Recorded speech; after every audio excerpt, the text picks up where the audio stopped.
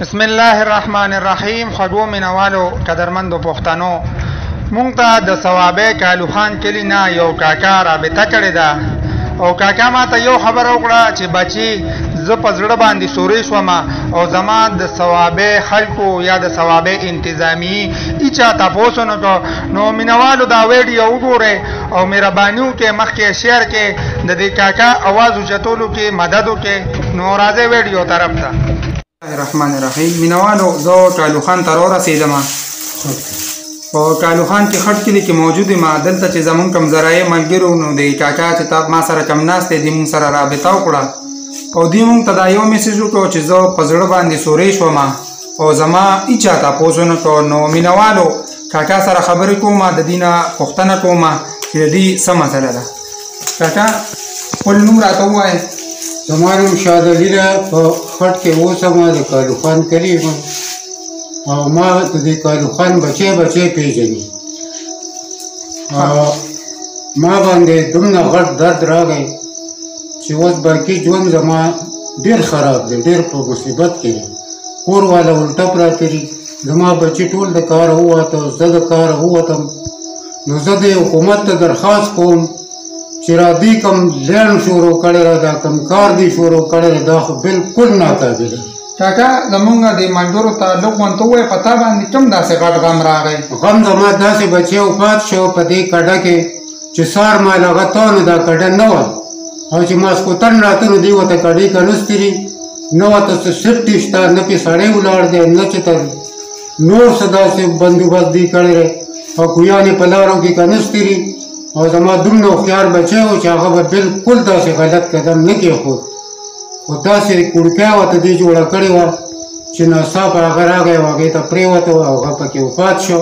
او دا کوم ځای کې کاکا دا دا د ژرندو نیر سره دې کډه کنستې را پکې سیخان مې ودرولې دي او دا خو دې زمونږ دا بچي وژني.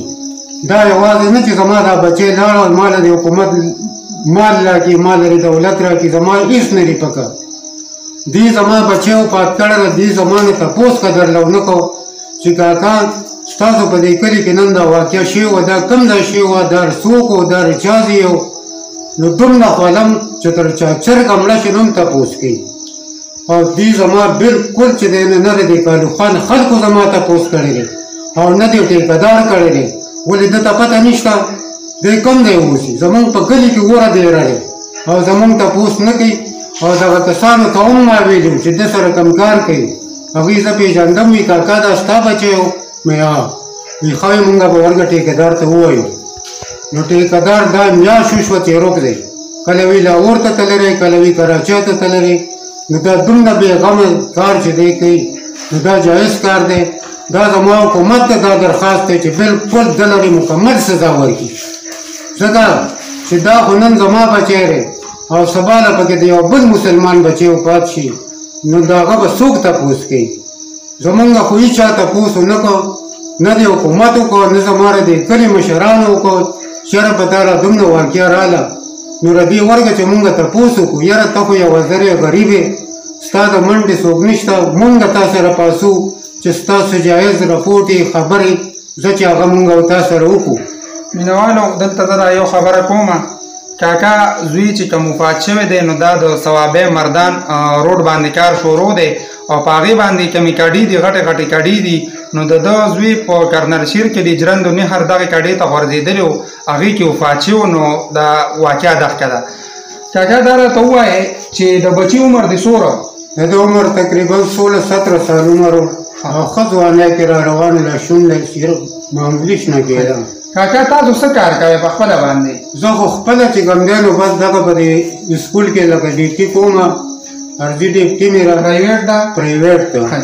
او نور زمونږ د بچو مې هم څه کاروبار نشته دی او ټوله مسله چې کوم دی نو روانه را اوس خو لکه ډېره خرابه شوه، ځکه چې زمونږ نه خو څه کار روزګار نه کېږي، مزدوري رانه نه کېږي. بیا تلې مزدورۍ له واقعه نه پسه نو بس هسې هغه حاضري وکړم، خو دا نه چې هغه مالک ته دې خدای پاک دې قدر وکړي چې زه بالکل داسې کولاو پرېښی یم چې زما بالکل ډېره تسلي کوي.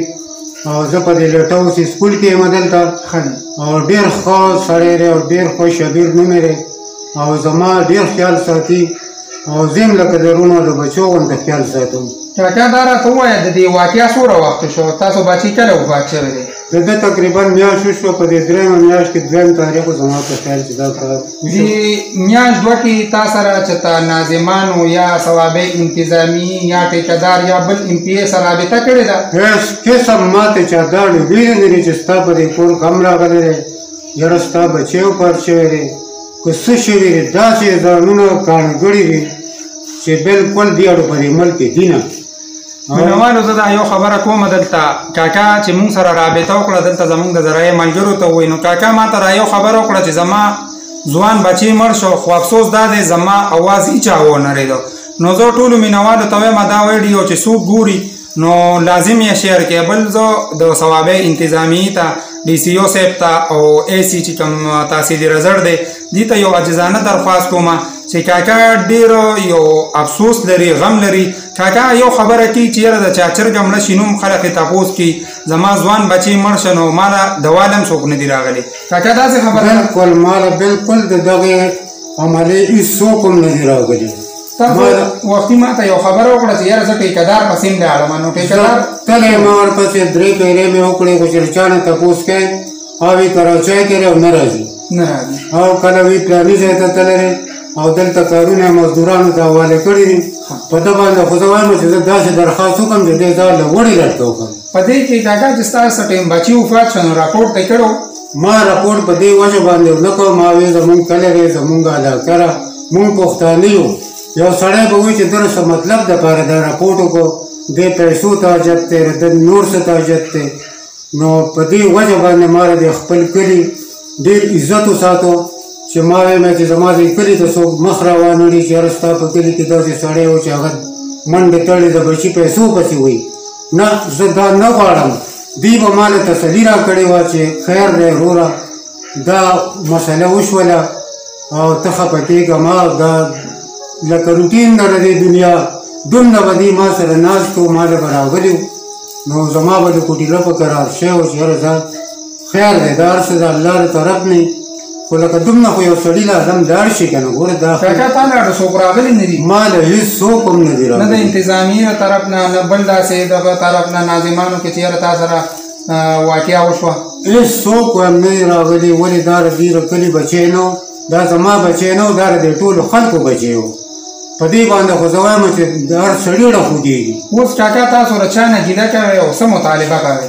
زه خو بس د دې ټیکهدار نه مې ډېره غټه ګیله لرم چې او د حکومت نه مې هم غټه ګیله لرم چې د حکومت دا کارونه حواله کړي دي نو د دې کم از کم ماښام خو تپوس کېږي که نه چې یاره تاسو نن څه چلو کوه، نن څنګه په خیر وس تېره شوه، نن تاسو کم ځای کار وکړو، پلانې ځای هم سم کړو او پلانې ځای صحیح شو.